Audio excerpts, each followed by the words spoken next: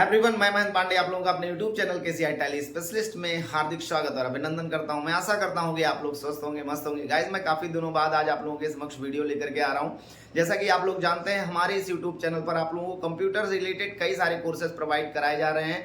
कई सारे ऐसे कोर्सेज इस पर अवेलेबल हैं जिसको आप फ्री ऑफ कॉस्ट पढ़ सकते हैं। उसी क्रम में मैं आप लोगों को टैली प्राइम का कंप्लीट कोर्स प्रोवाइड कर रहा हूं, जिसमें हमारी कुछ वीडियोस आप लोगों ने देखी भी होगी। यदि किसी ने नहीं देखा है तो टैली प्राइम की प्लेलिस्ट पर जाकर के देख सकते हैं। टैली ERP9 का कंप्लीट कोर्स अवेलेबल है मेरे चैनल पर, तो वहां से भी आप बेसिक टू एडवांस कंप्लीटली पढ़ सकते हैं। आज मैं जो वीडियो लेकर के आया हूं वो बहुत ही मैजिकल वीडियो होने वाला है गाइस, क्योंकि इस वीडियो के माध्यम से मैं आपको सारा अकाउंट का जो कॉन्सेप्ट है, आपका जो डाउट्स है आपके दिमाग में, उसको मैं क्लियर करूंगा इसमें। और आपको जर्नल एंट्रीज में कहीं भी जो प्रॉब्लम्स आ रही हैं वो सारी सॉर्ट आउट होने वाली है, बिकॉज इसमें मैं ये गोल्डन रूल्स रिलेटेड सारा कॉन्सेप्ट क्लियर करने वाला हूँ। इस वीडियो को देख लेने के बाद फिर गोल्डन रूल्स में और जर्नल एंट्रीज में आपको कोई भी प्रॉब्लम नहीं रह जाएगी। तो अकाउंटिंग करने के लिए जर्नल एंट्रीज का आना बहुत इंपॉर्टेंट है और ये छोटा सा वीडियो आपके लिए एक मैजिकल वीडियो की तरह सिद्ध होने वाला है।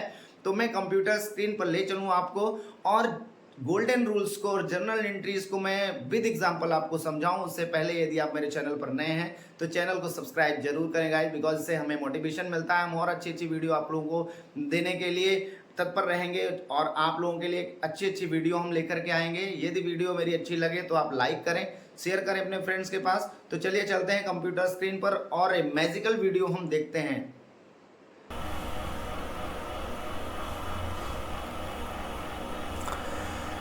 हाय फ्रेंड्स, तो हम आ चुके हैं अपने कंप्यूटर स्क्रीन पर। जैसा कि आप देख पा रहे हैं, टैली प्राइम 4.1 जो हमारा कोर्स चल रहा है टैली प्राइम का, उसमें आज बहुत ही इंपॉर्टेंट वीडियो है और इस वीडियो को आप एंड तक जरूर देखें, बिकॉज ये वीडियो आपके लिए मैजिकल सिद्ध होने वाला है। बिकॉज इसमें हमने कंप्लीट कॉन्सेप्ट क्लियर किया हुआ है अकाउंट रिलेटेड और गोल्डन रूल्स जो जर्नल एंट्रीज हम करते हैं जिस पर डिपेंड करता है, वो गोल्डन रूल्स में आज आप लोगों को कंप्लीट बताने वाला हूं विद एग्जांपल। तो ये आपके लिए बहुत ही इंपॉर्टेंट वीडियो है, तो बहुत ही केयरफुली आप वीडियो को एंड तक जरूर देखेंगे। तो चलिए देखते हैं। सबसे पहले हम अकाउंट्स को समझते हैं और अकाउंट बहुत ही इंपॉर्टेंट है जर्नल एंट्रीज को करने के लिए। टाइप ऑफ अकाउंट्स में अकाउंट आप देख रहे हैं, हमने एक हायरार्की चार्ट के माध्यम से इसको व्यक्त किया हुआ है।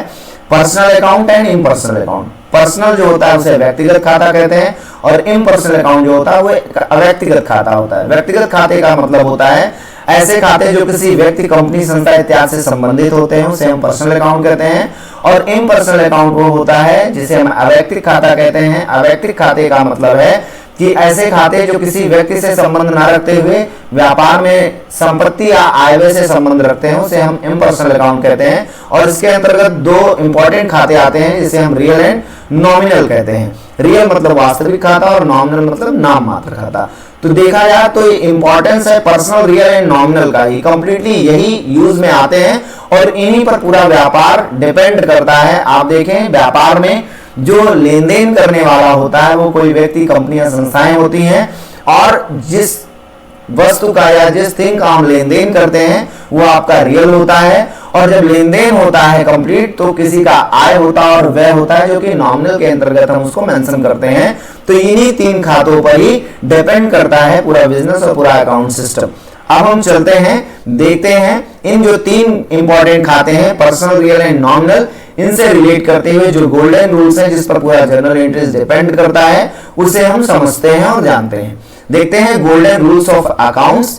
अकाउंट्स के जो गोल्डन रूल्स हैं जिस पर पूरा जर्नल एंट्रीज डिपेंड करता है। रूल्स की आवश्यकता हमें तब होती है जब हमें सारे कॉन्सेप्ट को क्लियर करना हो, उसके सारे पहलुओं को जानना है। सो हम रूल्स का इस्तेमाल करते हैं, जो कि जो भी चीज है, जैसे अगर हम मैथ्स का न्यूमेरिकल सॉल्व कर रहे हैं, हम तुक्के में सॉल्व कर रहे हैं अलग बात है, लेकिन अगर उसके सारे स्टेप्स को समझना है तो हमें फॉर्मूले की आवश्यकता होती है, फॉर्मूले को समझना पड़ता है, तो उसके सारे कॉन्सेप्ट को तो ही हम क्लियर कर पाते हैं। इसी तरीके से अगर हम अकाउंटिंग में जर्नल एंट्रीज करना चाहते हैं तो यदि गोल्डन रूल्स हमें आ रहा है तो हम बहुत ही आसानी से उस जर्नल एंट्रीज को सॉल्व कर सकते हैं, उसके सारे स्टेप्स को समझ सकते हैं। कोई भी जर्नल एंट्रीज करने से पहले आपको मैं एक चीज बता दूं कि यदि आप जर्नल एंट्रीज करने से पहले अपने आप को व्यापारी, अपने आप को ऑनर समझ करके काम करेंगे तो आपसे कभी जर्नल एंट्रीज में मिस्टेक्स नहीं होंगी। आपको ये गोल्डन रूल्स भी आ रहा है और आप अपने आप को ऑनर समझ करके एंट्रीज को सॉल्व कर रहे हैं तो बहुत ही आसानी से आप उस एंट्री को सॉल्व कर सकते हैं, क्योंकि अगर आप थर्ड पर्सन या सेकंड पर्सन समझ करके एंट्री को करेंगे तो फिर आपसे प्रॉब्लम्स होने के चांसेस बढ़ जाते हैं। कि आप 3 खाते जो हैं ये बहुत ही इंपॉर्टेंट है, जिस पर पूरा सिस्टम डिपेंड करता है अकाउंटिंग का, पर्सनल, रियल एंड नॉमिनल। और ये जो रूल्स हैं इसके, ये इन्हीं को गोल्डन रूल्स कहा जाता है, क्योंकि अगर ये रूल्स आपको आ गए, इसको आप अच्छे से इंप्लीमेंट करना सीख गए, तो आपको फिर जर्नल एंट्रीज में और अकाउंटिंग करने में कोई भी प्रॉब्लम नहीं आएगी। पर्सनल अकाउंट जिसे हम व्यक्तिगत खाता कहते हैं, इससे के जो रूल हैं, debit the receiver, credit the giver. Debit the receiver का मतलब हो गया पाने वाला ऋणी, और क्रेडिट द गिवर देने वाला धनी या क्रेडिट जिसे हम कर सकते हैं। रिसीवर को डेबिट किया जाता है और गिवर को हम क्रेडिट करते हैं। ऋणी और धनी मैंने बोला, क्योंकि डेबिट को ऋण पे बोलते हैं, ऋणी कहते हैं या नामी कहते हैं या बाई कहते हैं, और क्रेडिट को हम टू कहते हैं या सीआर शॉर्ट में बोलते हैं, या इसे हम जमा कहते हैं या धनी कह लेते हैं। तो डेबिट जिसे शॉर्ट में डीआर कहा जाता है और क्रेडिट जिसे शॉर्ट में सीआर कहा जाता है। तो डेबिट कौन होता है? जो रिसीवर होता है। जैसे हमने किसी को माल बेचा उधार, तो जो ग्राहक है हमारा, जो कस्टमर है, वो उस समय में कुछ नहीं दे रहा है और वो उस समय रिसीवर होता है, और रिसीवर को हम डेबिट कर देते हैं। एक उसकी एंट्री अगर हम समझे, जैसे मोहन को माल बेचा, तो Mohan account DR to sales, sales व्यापार से जा रहा है, और वैसे यहां से हमारा रेवेन्यू क्रिएट होता है सेल्स से। सेल्स को हम क्रेडिट करते हैं, जो कि एक रियल में अगर हम इंप्लीमेंट करें, नॉमिनल के तहत इंप्लीमेंट करें उसे, तो हम उसमें अभी आगे आपको बताते हैं। तो सेल्स आपका क्रेडिट हो जाएगा, लेकिन जो रिसीवर है, जो कस्टमर है हमारा, जिसे माल प्राप्त हो रहा है, जिसे गुड्स मिल रहा है, वो आपका डेबिट हो जाएगा। तो डेबिट द रिसीवर, व्यापार में पाने वाला जो व्यक्ति होता है, उसे हम ऋणी करते हैं या डीआर करते हैं। देखिए, एंट्री कोई भी जर्नल एंट्री यदि आप करते हैं तो उसमें आपको प्रेजेंट देख करके काम करना होगा। एंट्री जो पूछ रहा है उसी को देख करके आपको काम करना होगा। एंट्रीज को हम गोल्डन रूल्स को अप्लाई करने से पहले एंट्रीज को हम कैसे क्लियर करते हैं कि इसमें प्रिंसिपल क्या है, इंपॉर्टेंस किसकी ज्यादा है। हम कोई भी एंट्री है, जैसे एंट्री से आप कुछ क्वेश्चंस वर्ड लगा करके पूछेंगे। एंट्री है मोहन को माल बेचा, तो आप एंट्री में से पूछेंगे क्या किया, तो पता चलेगा माल बेचा, किसको? मोहन को। इससे आपकी एंट्री क्लियर हो जाएगी, मोहन को माल बेचा, तो मोहन डेबिट हो जाएगा और सेल्स क्रेडिट हो जाएगा। तो यहां पर डेबिट द रिसीवर में मोहन को माल बेचा, तो मोहन रिसीवर हो गया, इसलिए वो डेबिट हो गया। और यदि हम मोहन से कैश प्राप्त करते हैं, क्योंकि आज वो उधार लिए हैं तो बाद में हमें वो कैश देंगे, मोहन से भुगतान प्राप्त हुआ, तो यहां पर कैश व्यापार में आ रहा है, लेकिन दे कौन रहा है? गिवर कौन है? मोहन है, तो मोहन को हम क्रेडिट कर सकते हैं। तो क्रेडिट द गिवर, देने वाला जो है उसे हम क्रेडिट करते हैं। तो हमें बस ये किसी भी एंट्री से यही आइडेंटिफाई करना है कि हाँ, रिसीवर इंपॉर्टेंस रख रहा है तो उस रिसीवर का नाम देंगे, या अगर कैश है तो कैश को हम लिखते हैं, और अगर एंट्री में गिवर इंपॉर्टेंस रख रहा है तो गिवर का नाम देते हैं। हम अपना नाम नहीं लिखते, बिकॉज हम खुद कंपनी है, तो कंपनी अपने अकाउंट्स को वहां पर नहीं शो करती है। अगला हम देखते हैं रियल अकाउंट। रियल अकाउंट को हम वास्तविक खाता या संपत्ति खाता भी कह सकते हैं। रियल अकाउंट आप देख रहे हैं, debit what comes in, credit what goes out. Comes in, जो व्यापार में आ रहा है उसे हम डेबिट कर देते हैं, जो व्यापार से जा रहा है उसे हम क्रेडिट कर देते हैं। डेबिट व्हाट कम्स इन, जो व्यापार में संपत्ति, चूंकि संपत्ति खाता हम मान सकते हैं रियल को, तो जो संपत्ति व्यापार में आ रही है उसे हम डेबिट कर देते हैं, और जो संपत्ति व्यापार से जा रही है उसे हम क्रेडिट कर देते हैं। जैसे अभी मैंने बताया कि मोहन को माल बेचा, तो मोहन तो हमारा रिसीवर पर्सनल अकाउंट था, लेकिन जो माल गया हमारा सेल्स जिसे हमने किया, चूंकि सेल्स को हम दोनों तरीके से इंप्लीमेंट कर सकते हैं, क्योंकि गुड्स मेरे यहां से जो जाता है उसे हम सेल्स से डायरेक्ट डिनोट करते हैं। वैसे जो सेल्स है वो इनकम है, एक तरीके से व्यापार में उससे रेवेन्यू जनरेट होता है, तो आप नॉमिनल के तहत भी उसको देख सकते हैं, क्योंकि जो परचेज होता है वो एक्सपेंसेस में इंक्लूड होता है, और जो सेल्स है वो इनकम्स में इंक्लूड होता है। लेकिन सेल्स परचेज के साथ जो गुड्स को हम परचेज करते हैं और गुड्स को हम सेल करते हैं, तो गुड्स उसके साथ इंक्लूड होता है, क्योंकि हम गुड्स नहीं लिखते हैं, डायरेक्ट परचेज लिखते हैं और सेल्स लिखते हैं, तो इसलिए हम उसको रियल भी मान सकते हैं। तो debit what comes in and credit what goes out, जो संपत्ति व्यापार में आए उसे हम डेबिट करते हैं, और जो संपत्ति व्यापार से जाए उसे हम क्रेडिट करते हैं। नेक्स्ट हम देखते हैं नॉमिनल अकाउंट। नॉमिनल जिसे हम आय व्यय खाता या नाम मात्र खाता कहते हैं। व्यापार में होने वाले समस्त एक्सपेंसेस और लॉसेस को हम डेबिट कर देते हैं। Debit all expenses and losses, व्यापार में होने वाले समस्त व्यय एवं हानियों को हम डेबिट कर देते हैं। तथा credit all incomes and gains, व्यापार में जो इनकम हो रहा है, व्यापार को जो लाभ हो रहा है, जो बढ़ोतरी हो रही है व्यापार की, उसे हम क्रेडिट करते हैं। तो दो ही पक्ष है, डेबिट और क्रेडिट। तो एक्सपेंसेस और लॉसेस को हम डेबिट करते हैं और इनकम एंड गेन्स को हम क्रेडिट करते हैं। हमें बस यही डिफाइन करना होता है कि हमारे जो जर्नल एंट्रीज हमें पोस्ट करनी है उसमें हमें एक्सपेंस हो रहा है कि इनकम हो रहा है। अगर एक्सपेंस हो रहा है तो हम debit all expenses and losses को इंप्लीमेंट करते हैं। अगर इनकम है तो credit all income and gains को हम इंप्लीमेंट करते हैं। मींस एक्सपेंसेस है तो डेबिट करते हैं और इनकम है तो क्रेडिट करते हैं। इस तरह से हम गोल्डन रूल्स को इंप्लीमेंट करते हैं। चलिए हम एग्जांपल्स के माध्यम से इसको और अच्छे से समझते हैं, जिससे फिर आपको कभी ये गोल्डन रूल्स ना भूलें और आप अच्छे से जर्नल एंट्रीज को कर पाएं। चलते हैं नेक्स्ट स्टेप पर, एग्जांपल से हम समझते हैं। आप देख रहे हैं पर्सनल अकाउंट। पर्सनल अकाउंट का एग्जांपल जैसे कोई व्यक्ति का नाम हो गया, आदित्य हो गया, कीर्ति हो गई, बैंक हो गया आपका एसबीआई है, कोई कंपनी एचसीएल कंपनी है, एचडीएफसी बैंक है, टाटा मोटर्स, इस तरह से कोई भी हो सकता है आपका, जिसे आप पर्सनल अकाउंट कह सकते हैं। जो व्यक्ति, कंपनी, संस्था है, ग्रुप्स में जो भी है आपके, वो सब आपका पर्सनल अकाउंट के तहत आता है। इसका एक मैंने एग्जाम्पल दिया हुआ है, HDFC account DR to Mukesh. मानते हैं कि जैसे मुकेश हमारा कस्टमर था, उससे हमें पेमेंट प्राप्त हो रहा है, बट वो पेमेंट हमारे बैंक में जा रहा है, तो बैंक यहाँ डेबिट हो जाएगा। क्योंकि रिसीवर, प्रेजेंट में रिसीव कौन कर रहा है? बैंक रिसीव कर रहा है। और बैंक एक पर्सनल अकाउंट होने के तहत आपका एचडीएफसी बैंक अकाउंट डेबिट मैंने कर दिया।